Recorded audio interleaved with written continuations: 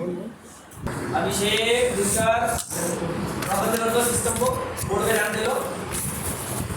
1 जनवरी 2000 New York, Los Angeles और Miami, इन 3 शहरों का रेवेन्यू है 985, 122 और 499 एंड सो ऑन। 1 फरवरी, 1 मार्च, 1 अप्रैल, ऐसे करके 2016 में 10 महीनों में इन शहरों में क्या क्या रेवेन्यू रहा वो आपको दिखा, ठीक है। जाओ।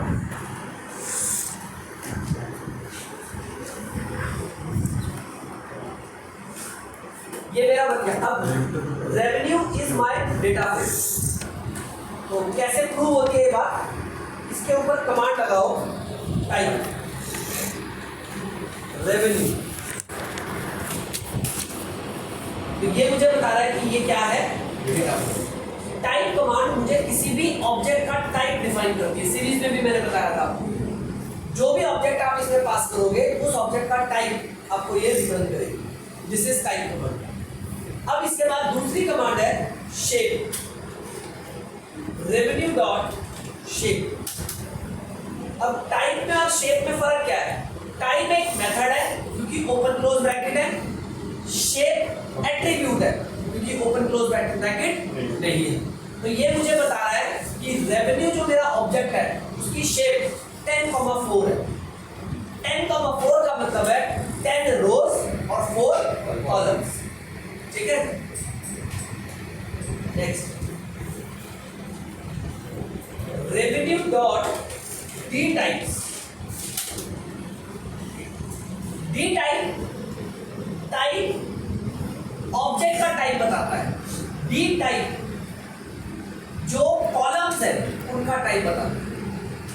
क्या बता रहा है? रेवेन्यू फाइल में 4 कॉलम है, डेट, न्यूयॉर्क, लॉस एंजलिस और मियामी, जिसमें डेट ऑब्जेक्ट एट्रीब्यूट है, New York, Los Angeles and Miami ये इंटीजर एट्रीब्यूट्स हैं, ठीक है। डी टाइप से आप किसी भी ऑब्जेक्ट के एट्रीब्यूट्स का टाइप जान सकते हैं, ठीक है। कमांड है डी टाइप्स। अगली कमांड है 64 क्या होता है? 64 बिट। अगली कमांड है कॉलम्स।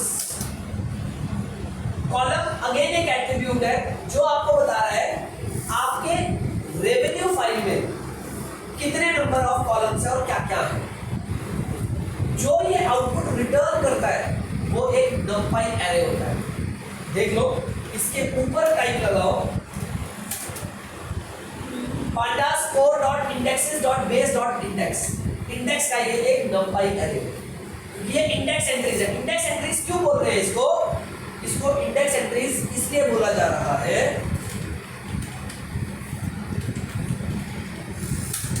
क्योंकि इसमें आपको डेटा नहीं शो हो रहा, आपको वर्टिकल एक्सिस शो हो रही है। वर्टिकल एक्सिस में आप वर्टिकल किसको बोलते हैं? वर्टिकल बोलते हैं कॉलम को। तो वहां पे शो हो रहा है, पहला कॉलम है डेट, दूसरा कॉलम है न्यूयॉर्क, तीसरा है लॉस एंजलिस और चौथा है मियामी। और ये चारों क्या है? ऑब्जेक्ट। क्या है चारों? ऑब्जेक्ट। और कैसे ऑब्जेक्ट है? Index object. कैसे ऑब्जेक्ट है? Index object. Index object.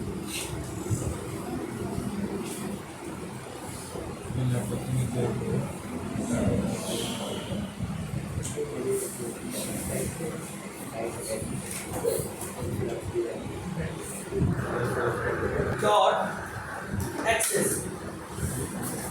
Access जो एट्रीब्यूट है ये आप जैसे कॉलम जो एट्रीब्यूट था वो सिर्फ वर्टिकल इंडेक्स बता रहा था। एक्सेस जो एट्रीब्यूट है वो दोनों इंडेक्सेस डिफाइन करता है, रो भी और कॉलम भी। रो इंडेक्स पे मेरा रेंज इंडेक्स है। रो इंडेक्स पे क्या है मेरा? Range index. रेंज इंडेक्स का मतलब वहां पे जो इंडेक्स बना हुआ है मेरा वो बना हुआ है यूजिंग अरेंज फंक्शन, जिसमें first element is 0, last element is 10 और 1 1 के इंक्रीमेंट के साथ ये मेरा बना हुआ है। और इंडेक्स वो मुझे वर्टिकल एट्रीब्यूट्स को डिफाइन करता है। समझ आया? नेक्स्ट कमांड है revenue dot info. Now this is a method. Info मेरे कंप्लीट ऑब्जेक्ट की इंफॉर्मेशन को डिस्प्ले करने के लिए मेरे पास इन्फो मेथड होता है। ये मुझे सबसे पहले बता रहा है कि I have a range index for 10 entries starting from 0 से 9।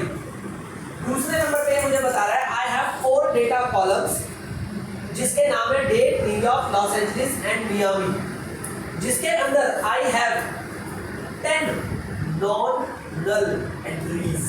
मतलब मेरे पास कोई भी मिसिंग डेटा नहीं है। अगर कुछ भी मिसिंग होता ना तो वहां पे कोई एंट्री कम हो जाती। जैसे मान लो मियामी में कोई वैल्यू मिसिंग होती तो वो मियामी में मुझे 10 की जगह 9 नॉट नल बोलता या 8 नॉट नल बोलता, ठीक है। और लास्ट में उनका डी टाइप जिसमें डेट ऑब्जेक्ट है और बाकी इंटीजर 64 और टोटल मेमोरी साइज जो ये ऑक्यूपाई कर रहा है वो है 448 बाइट्स। मेमोरी में इसका स्पेस 448 बाइट्स का है। This is my info memory. एक लाइन में कंक्लूड करते हुए जितने भी सिंगल एट्रीब्यूट थे वो सारी इंफॉर्मेशन को रीड करने के लिए there is one single method called inner. Info method सारी इंफॉर्मेशन प्रोवाइड करता है और बाकी वो सारे सिंगल एट्रीब्यूट्स है, वो सिंगल इंफॉर्मेशन। समझ आया सबको? लिखवाने की जरूरत है कि फाइल से कर लोगे? फाइल से सही है, फाइल कर लोगे ना फाइल से? नाउ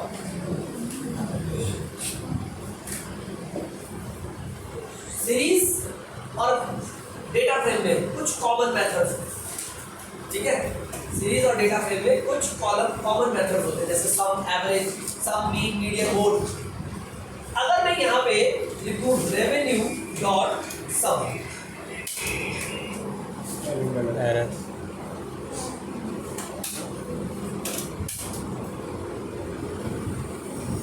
सही दे रहा है? नहीं, इसलिए डेट को भी प्लस कर दिया।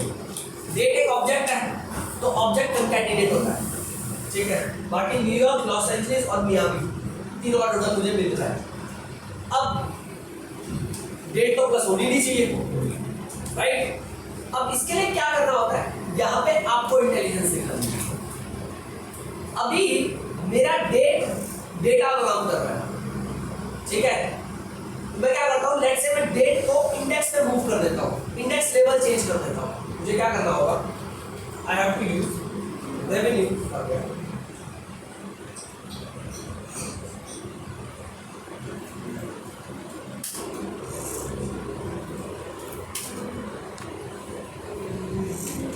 Revenue equal to pd dot read underscore csv।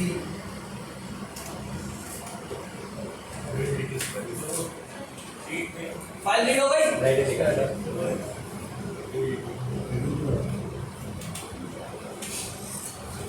अब मैंने यहाँ पे दिया इंडेक्स अंडरस्कोर कॉस्ट, ये पैरामीटर दिया इक्वल टू डेट।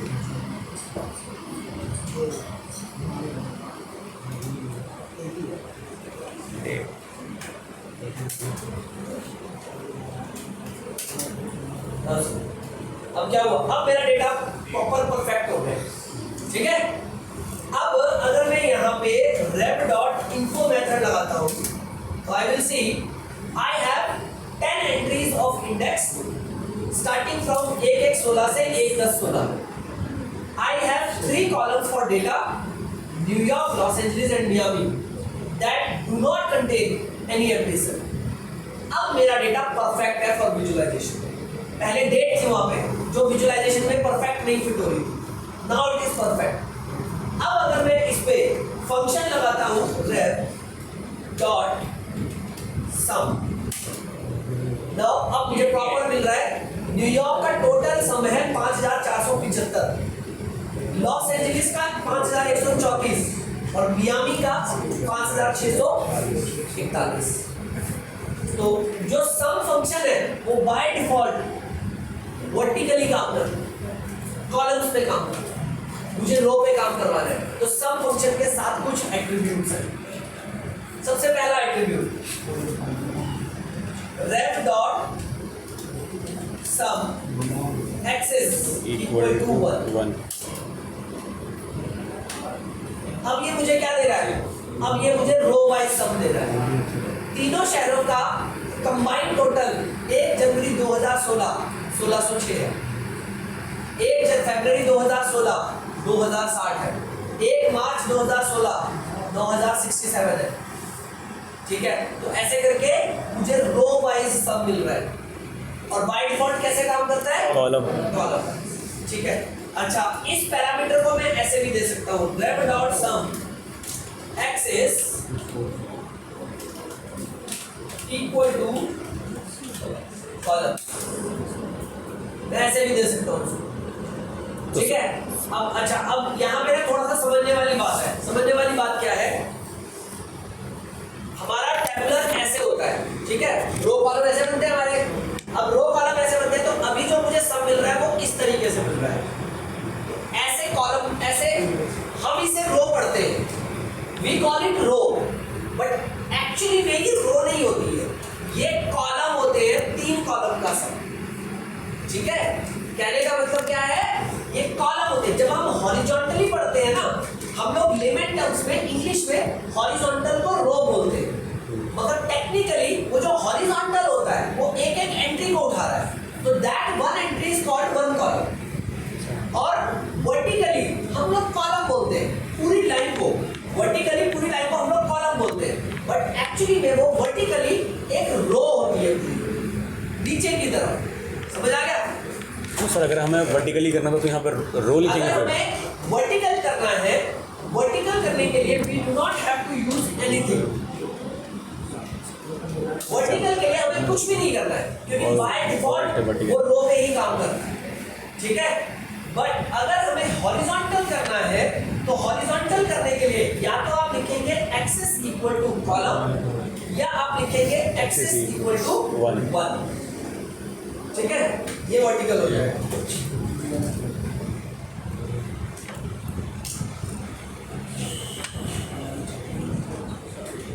समझ आया ना? ये मेथड्स क्लियर हो गए। अच्छा, अब इसमें तुम कोई सा भी लगा सकते हो जो तुम्हारा मन करे। रेव डॉट मीन, ये मीन हो गया, mean revenue from every city. ठीक है, अगर आप यहाँ पे लगा दोगे रेव डॉट स्टैंडर्ड डेविएशन, ये नहीं होता सर, रेव डॉट मैक्सिमम, हर एक शहर का मैक्सिमम रेवेन्यू कितना है। ठीक है, अब ये सारे मेथड इंडिविजुअल चल रहे हैं, इन सभी मेथड्स को सिंगल अप्लाई करने के लिए आप लगाते हैं रेव डॉट डिस्क्राइब,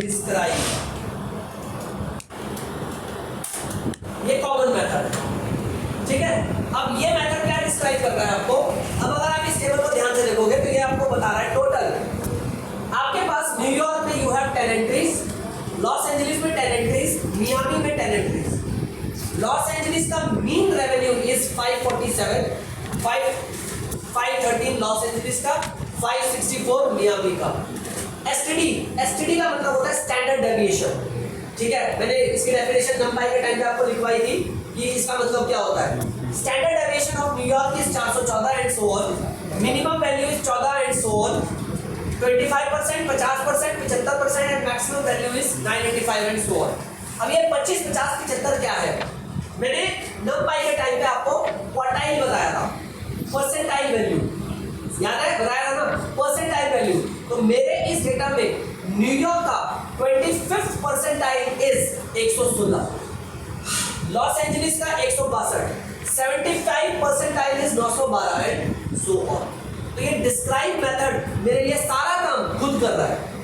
समझ आया? या तो मैं इंडिविजुअल फंक्शन लगा के कर लूं, या मैं सीधा डिस्क्राइब मेथड लगाऊं और सारा काम कर लूं, मेरा काम कंप्लीट। ठीक, ऑनलाइन वाले बच्चों समझ आया?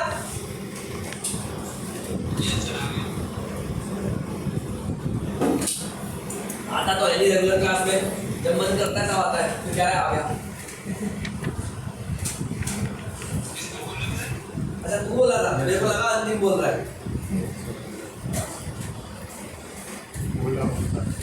तेरी आवाज मेरे को अंतिम जैसे लगी थी अभी।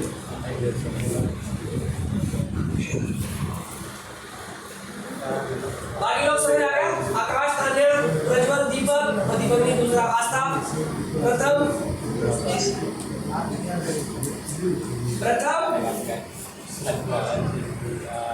इतना क्या हो गया? ये जितना काम करवाया ये थे common method and attributes between series and data data frame. समझ आ गया? अगर लिखना है अपनी नोटबुक में तो ये हेडिंग डाल के लिख लेना, common method between series object and data frame. अगला जो टॉपिक हम शुरू करने जा रहे हैं वो है retrieving columns from data frame. लिखना है सर। टॉपिक का नाम ये है retrieving columns from data frame.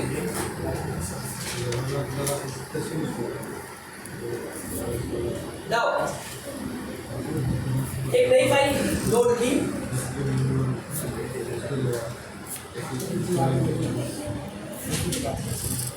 Sir क्या हेडिंग क्या है?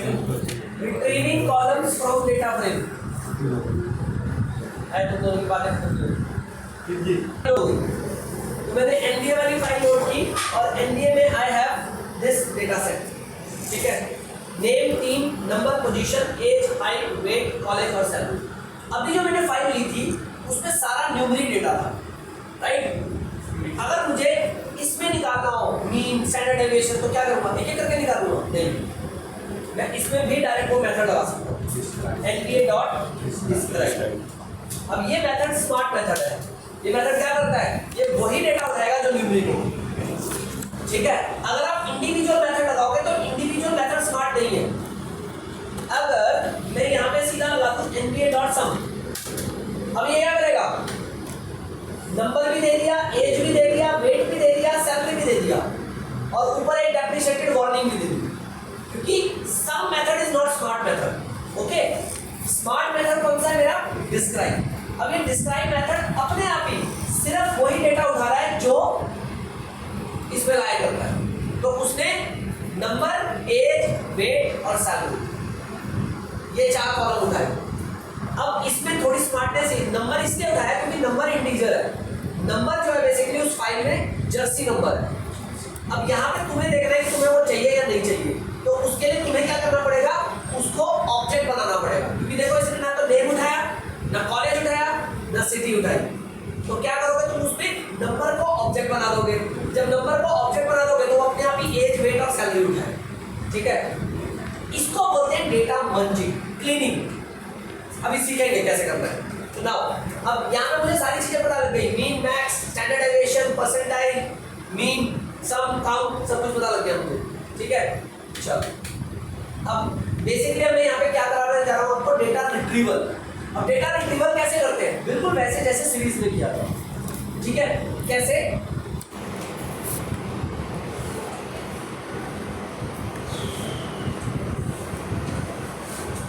एनबीए डॉट नहीं, डॉट नहीं, एनबीए मुझे क्या चाहिए? मुझे एनबीए में चाहिए कॉलेज।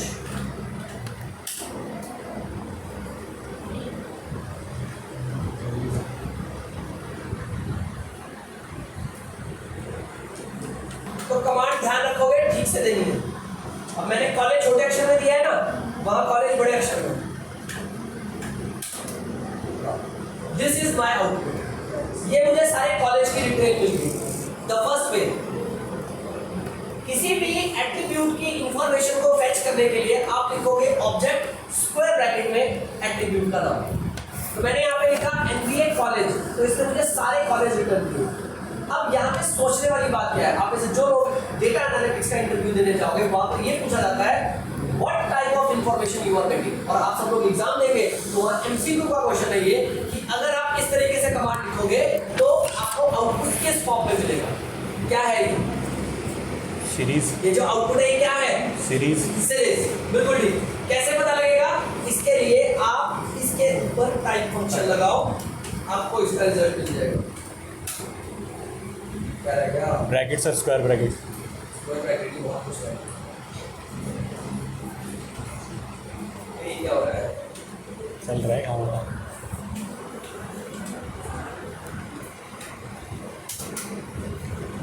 आ गया pandas.code.series.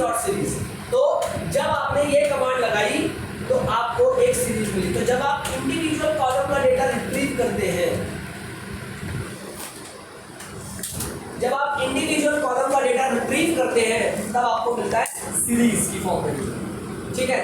आपको कॉलेज के साथ साथ हर प्लेयर का नाम भी चाहिए। अब आपने क्या किया यहाँ पे, NBA name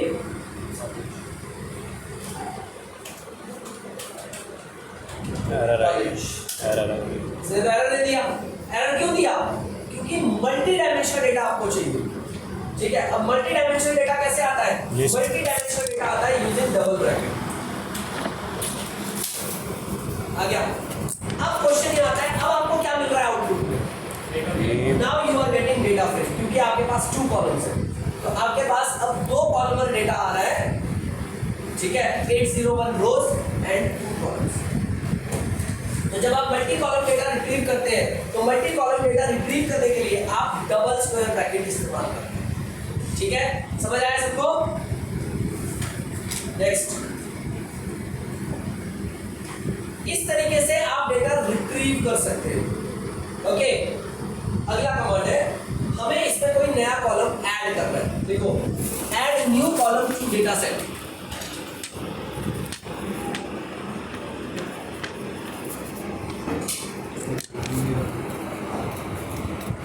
Add new column to data set.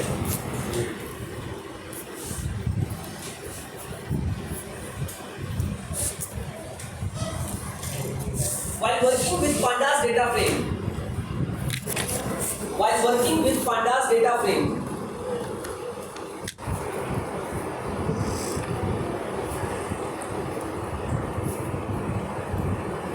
we can add new columns.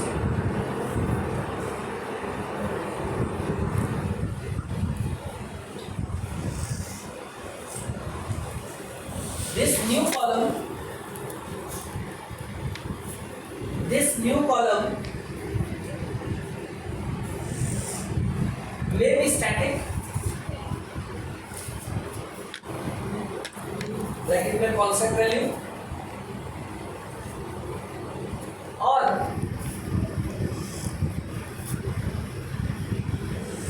it may be an existing column,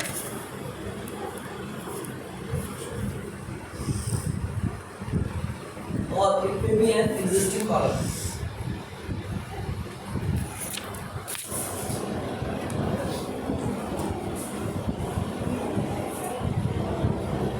Then, now कैसे करेंगे? ये हमारा डेटा फ्रेम है, name, team, number, position, age, height, weight, college और salary.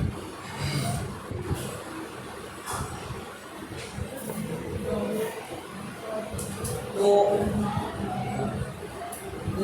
Let's say मुझे यहाँ पे एक एट्रीब्यूट ऐड करना है, गेम टाइप।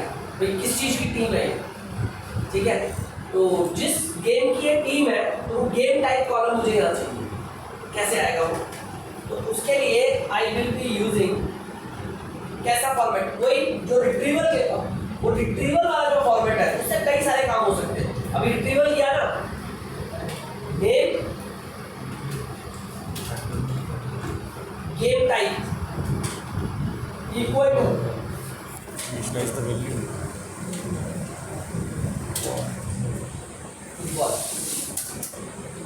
ठीक है।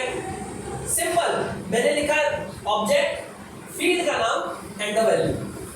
अब अगर मैं एनबीए को ओपन करूंगा,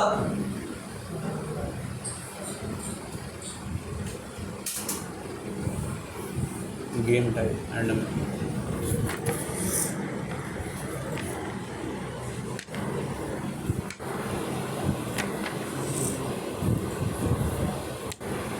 अब अगर मैं एनबीए को ओपन करूंगा तो लास्ट में मुझे देखो फुटबॉल नजर आ रहा है,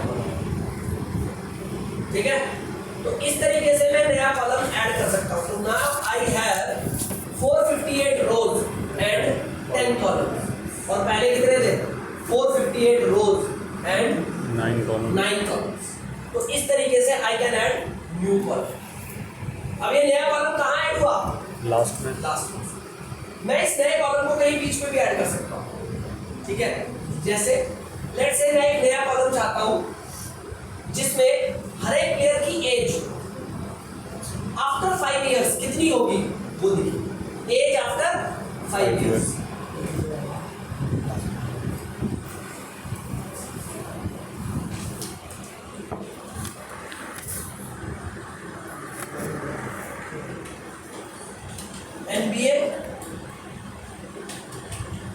एज आफ्टर 5 years, ये मेरे कॉलम का नाम होगा। और एज का कॉलम है 1 2 3 4 5, 5 नंबर कॉलम है। मुझे छठे नंबर पे चाहिए या पांचवें पे चाहिए जो।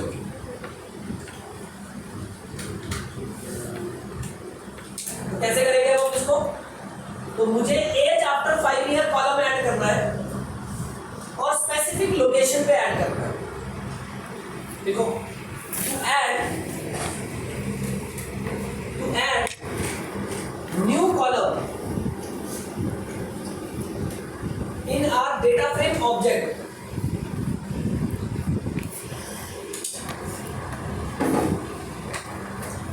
at specific location,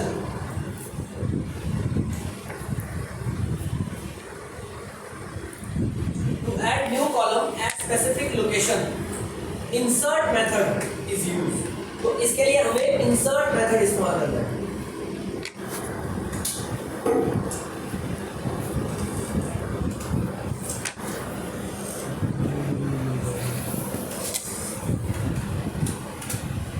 कैसे करेंगे?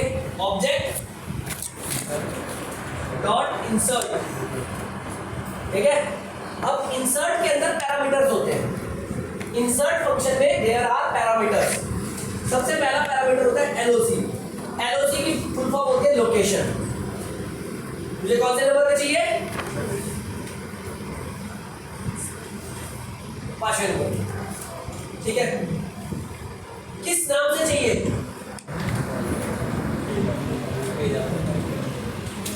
As after 5 years। और इसके अंदर डेटा क्या होगा? वैल्यू इक्वल टू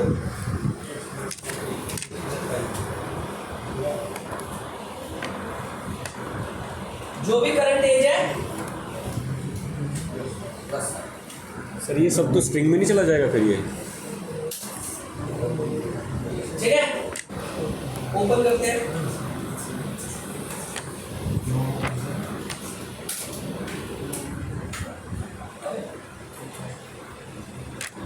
शेयर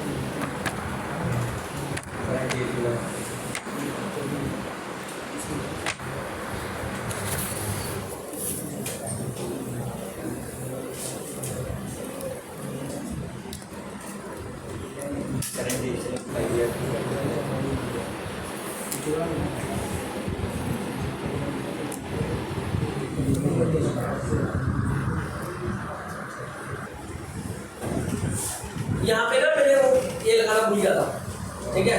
तो 3 पैरामीटर हुए। सबसे पहले मैंने लगाया nva dot insert. Insert method के अंदर 3 आर्गुमेंट है, एलओसी, कॉलम और वैल्यू।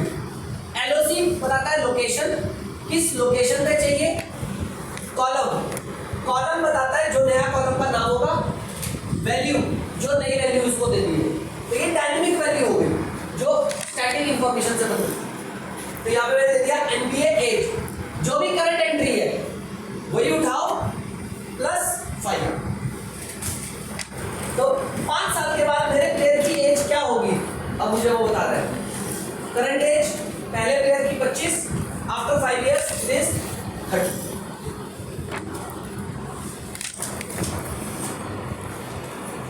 इस तरीके से I can add data at specific location. किसी भी स्पेसिफिक लोकेशन पे मैं नया डेटा ऐड कर सकता हूं।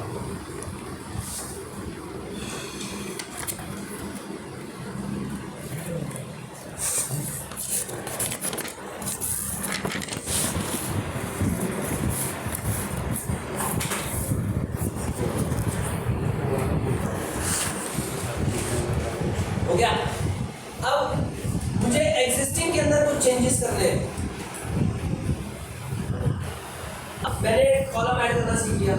नाउ अभी तक मैं नया कॉलम ऐड कर रहा था या तो किसी लोकेशन पे या लास्ट पे। अब मान लो मुझे, मैं कहता हूँ मुझे मेरे हर प्लेयर की सैलरी में 10,000 रुपीज इंक्रीमेंट करते हैं या डिक्रीमेंट करते हैं, मीन्स एग्जिस्टिंग डेटा में चेंजेस कर रहे हैं। नेक्स्ट देखो,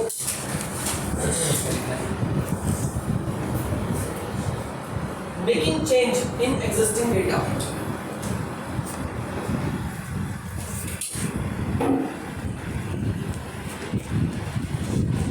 making change in existing data, किसी भी एग्जिस्टिंग डेटा में कैसे चेंज करेंगे आप? तो मैंने क्वेश्चन क्या दिया है? क्वेश्चन क्या दिया है? मुझे अपने प्लेयर की सैलरी में 10,000 लेट से इंक्रीज करना है। हर प्लेयर की सैलरी में 10,000 का इंक्रीमेंट, ठीक है? तो कैसे करूंगा? कमांड बनेगी ऑब्जेक्ट जिस फील्ड में चेंज करना है सैलरी,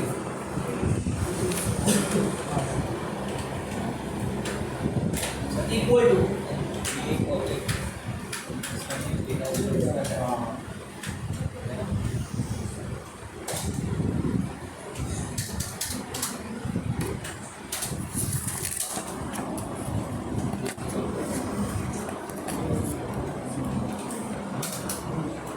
तो अब देखो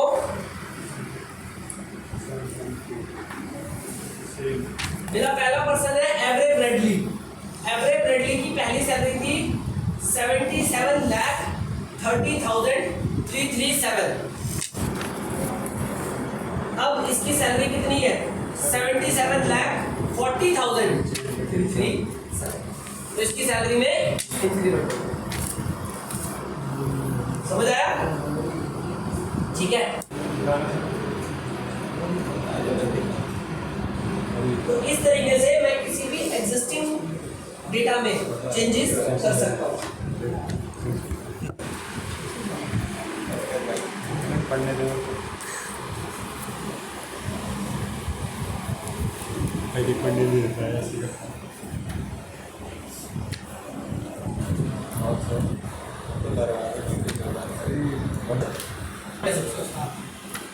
क्वेश्चन है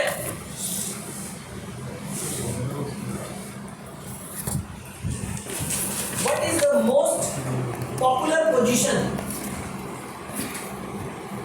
what is the most popular position among players? अब आप देख रहे हो यहाँ पे ना हर प्लेयर की एक पोजीशन है। जैसे एवरे ब्रेडली पीजी पोजीशन पे खेलता है, जे क्रॉडर एसएफ पोजीशन पे खेलता है, जॉन हॉलैंड एसजी पोजीशन पे खेलता है। तो ऐसे करके सबकी पोजीशन है। मैं ये जानना चाहता हूँ सभी प्लेयर्स में सबसे पॉपुलर पोजीशन कौन सी है? सबसे पॉपुलर पोजीशन कौन सी होगी? अल्फाबेट में मैच लगा होगा जो सर सबसे ज़्यादा बार रिपीट हो रही हो, जो सबसे ज्यादा बार रिपीट हो रही होगी वो सबसे पॉपुलर पोजीशन है। बिल्कुल ठीक है। यहाँ पे फ्रीक्वेंसी काउंट कर लेंगे, करेक्ट।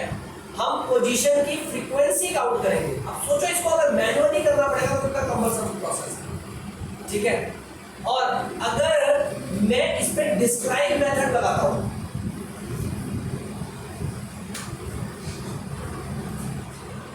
nba.describe,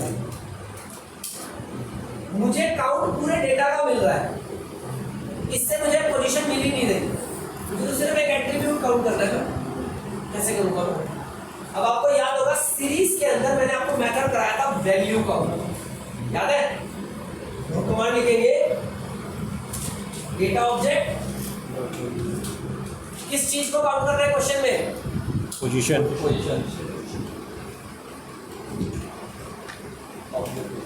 popular position. तो इस ऑब्जेक्ट को काउंट करो dot value underscore count.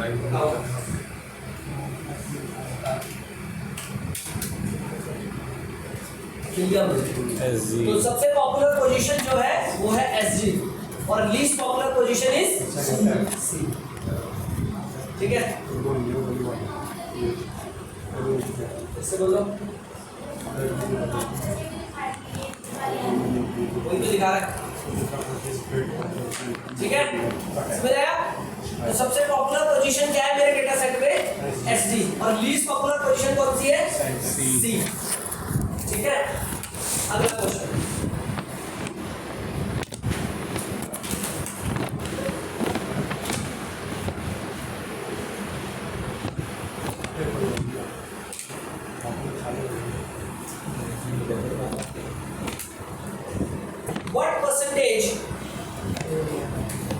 what percentage every position holds in our data set? बताओ कैसे करेंगे?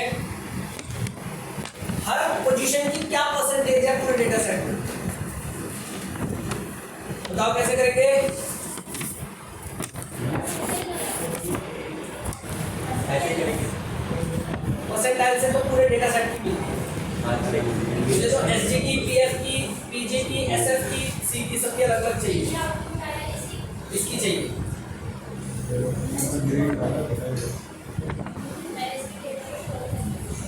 डेटा को स्टोर करेंगे,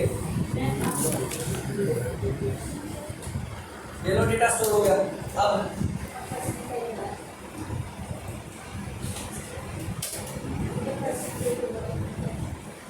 क्या लगा देंगे? परसेंटेज का अगर फंक्शन होता तो लगा देंगे। वेरी गुड, पढ़ते नहीं हैं आप लोग। ऑनलाइन वाले बच्चों कैसे करेंगे? तुम भी क्लास का हिस्सा हो भाई, थोड़ा अपना मार्गदर्शन करो। तो इसके ऊपर पैरामीटर लगा देंगे,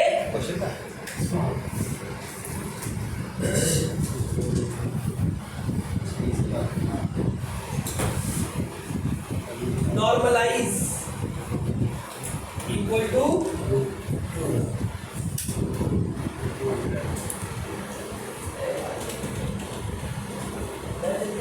सिस्टम पसंद है।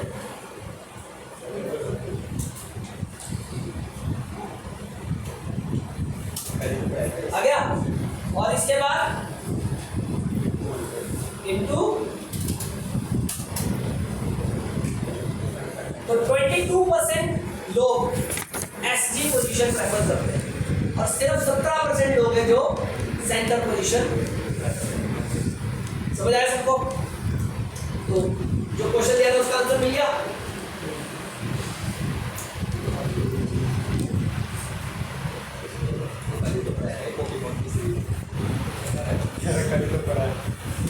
आंसर क्यों नहीं दिया?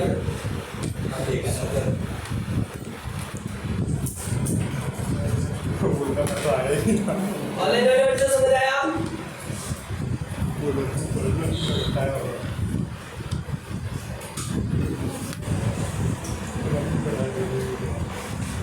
नेक्स्ट, तो ये था डेटा में रिट्रीवल या डेटा में चेंजेस करना।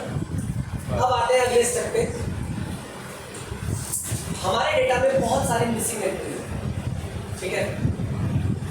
फिलहाल एसजी में कोई मिसिंग एंट्री नहीं थी तो हमारी कमांड चल भी गई, बट अगर इस पोजीशन वाले कॉलम में कोई मिसिंग एंट्री होती तो ये निकाल पाना इज डिफिकल्ट। क्यों? क्योंकि उस केस में मैं ये नहीं बोल सकता कि 22% लोगों को एसजी पोजीशन पसंद है, क्योंकि हो सकता है पोजीशन में कोई ऐसा कॉलम खाली हो जिसको एसजी पोजीशन पसंद हो, बट क्योंकि हमें पता नहीं था इसलिए हमने डेटा डाला, वो नैन होगा। क्या होगा? इन शॉर्ट मैं कह रहा हूँ, अब इस चीज को कैसे प्रूव करते हैं? देखो मैं प्रूव करके दिखाता हूँ आपको। मैंने यहाँ पे लिखा एनबीए कॉलेज, ये मुझे अपने कॉलेज के नेम मिल गए। आई वांट टू नो मेरे प्लेयर सबसे ज़्यादा किस कॉलेज से। मैं क्या करूँगा? NBA college dot value dot आ गया। तो सबसे ज़्यादा जो बच्चे हैं मेरे पेंटुकी कॉलेज के, ठीक है, there is a college called Kentucky जिसके है मेरे पास सबसे ज़्यादा बच्चे।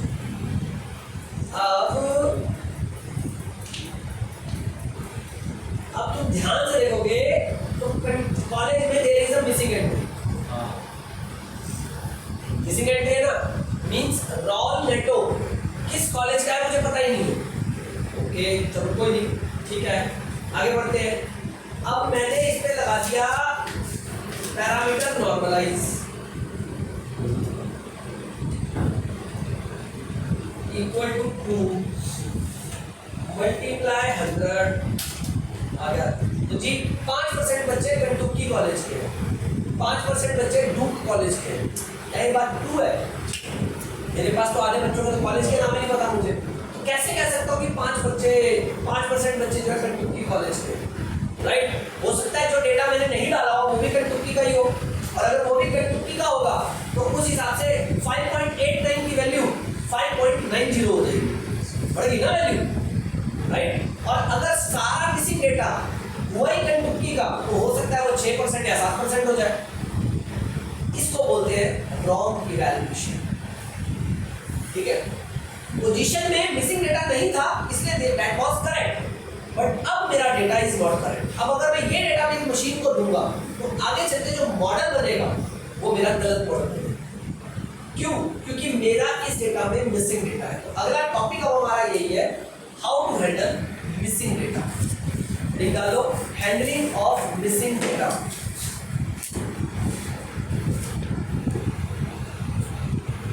Handling of missing data. While working with large data sets,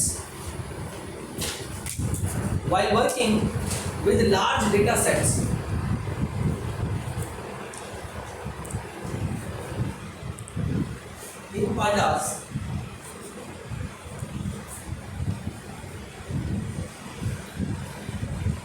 we will encounter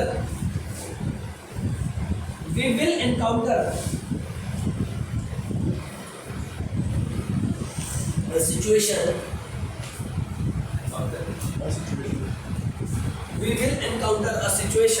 when our data set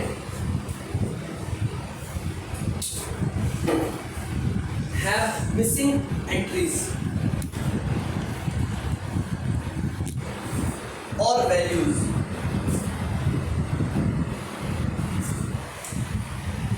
Missing entries or values.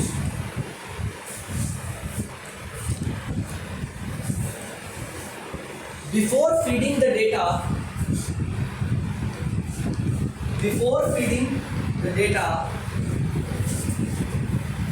to a machine,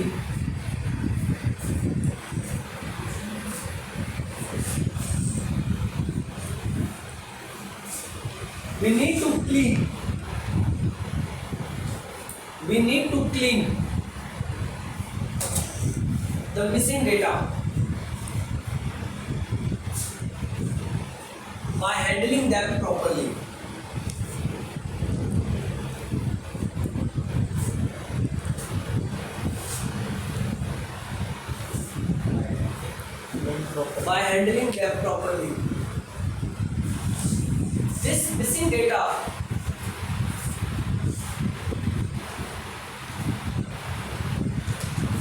This missing data is handled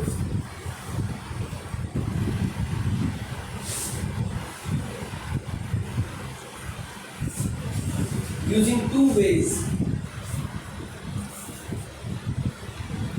Point number 1,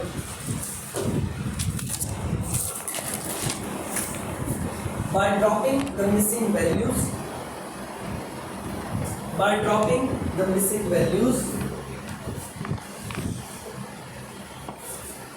number 2, by filling up the missing entries. या तो missing values को fill करो या missing values को छोड़ दो, drop कर दो, ठीक है। तो अब कैसे फिल करना है या कैसे ड्रॉप करना है, दैट इज इंपॉर्टेंट क्वेश्चन। कैसे? अब इसमें दो सिचुएशन होती है। सबसे पहली situation, see our data set,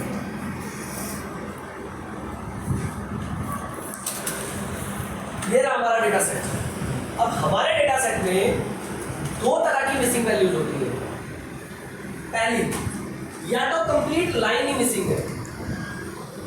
अब इस कंप्लीट लाइन मिसिंग में क्या इंफॉर्मेशन डालोगे पता ही नहीं है।